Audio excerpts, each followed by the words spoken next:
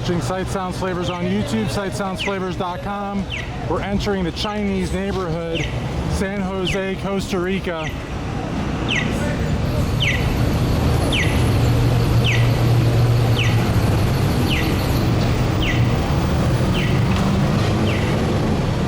So far I don't see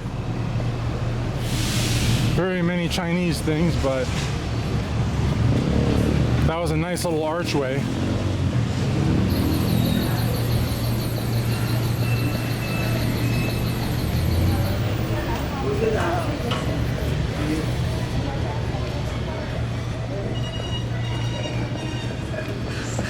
There's a monument over here, it looks like.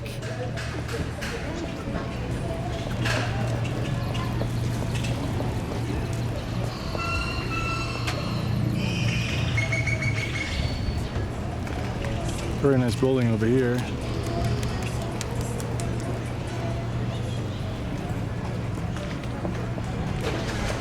We have this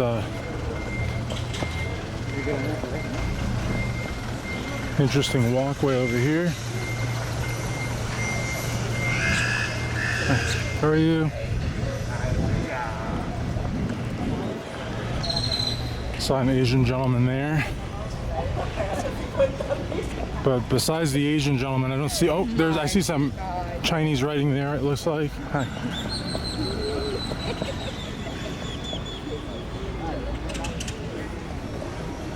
What's going on over here? Heard a little bit of laughter, so I wonder if there's a kick me sign on my back or something. Who knows? Oh, that's real cool. You can like.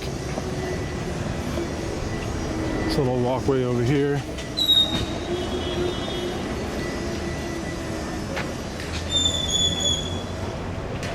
That building looks super imposing. I don't know what that is.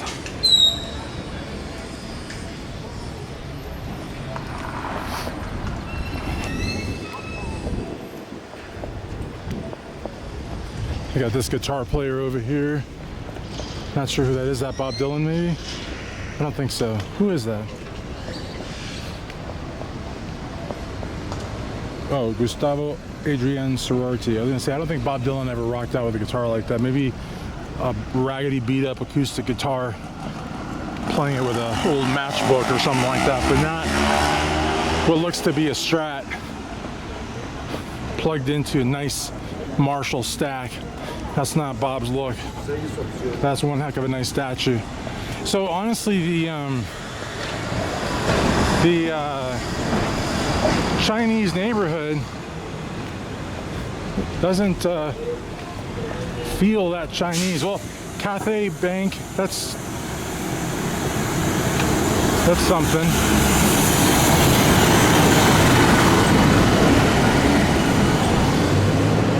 Check out these buses, man. These buses, they haul. They come fast. So it looks like it's $4.50 to get on the bus, so that's about $1. I got $4.50 at the airport, but I also got majorly ripped off at the airport because they say that they can give you as much as 550 colonos. But then the higher they pay, there's a commission included. So they get you that way.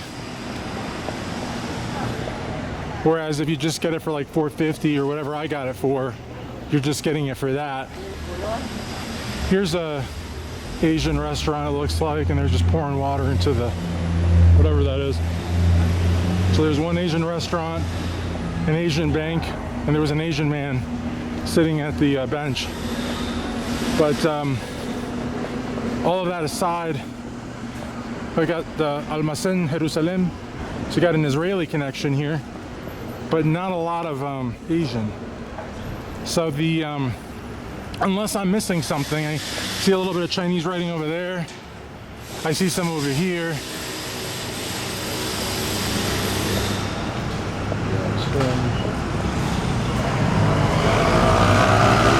Again, and it might just keep going down that way, but I'm just saying the entrance right after the entrance, there's like hardly anything. So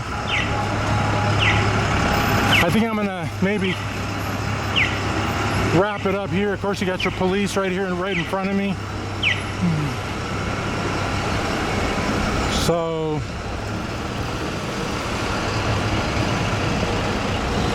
it looks like it might go down a little bit more, but I don't know how much farther.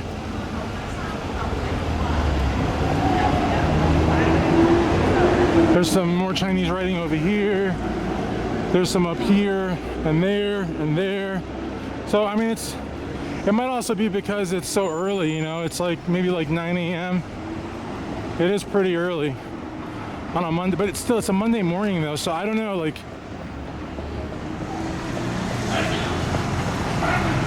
I like that building. I don't know what it is. And it's legit Chinese, Asian at the very least, because again, I can't read Chinese or Korean or Japanese, but it's Asian 100%. And more up here. This beauty salon's got, oh, they got bubble tea. Yeah, it's definitely a Chinese neighborhood. But I would have put, well, that looks like a balancing act. I would have put the businesses that, like the Chinese businesses, I would have put them closer to that sign. Because I gotta be honest with you, like if I didn't have a tourism page like I do,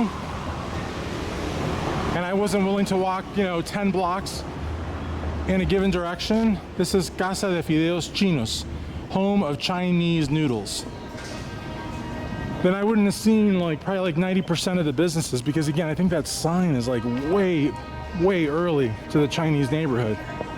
But again, you can see like the streets here, they're very like clean, very distinctive.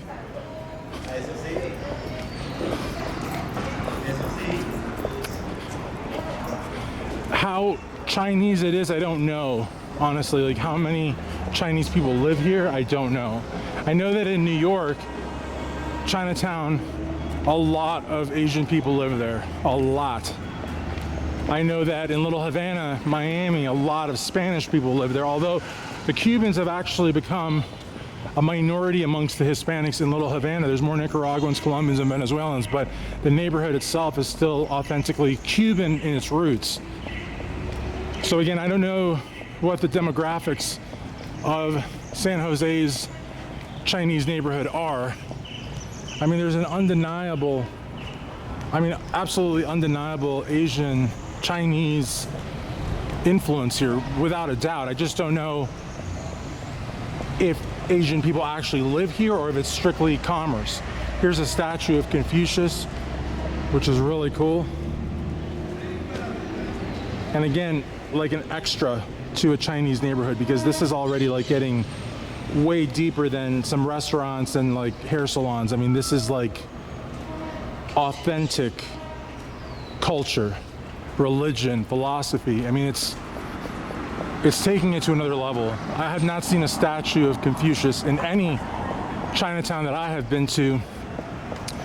Not in New York, not in Chicago, not anywhere. So that's really taking it to the next level, which is cool. This over here is the bank. I guess people are waiting to get into the bank, get that good money. There's a pigeon. Pigeons everywhere.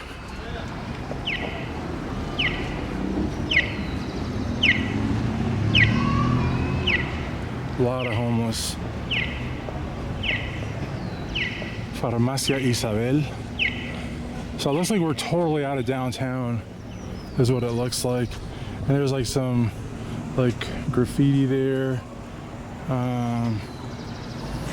But not too bad, but more graffiti than I like to see in some spots. But again, if they're doing it very yeah, under the radar, because I think any of these numerous different, there's more Chinese stuff here, any of these numerous different police agencies that are, you know, patrolling the streets of San Jose, if they see somebody putting up a tag on a wall, I think they'd probably beat the hell out of them and then arrest them and fine them on top of that and then throw them in jail.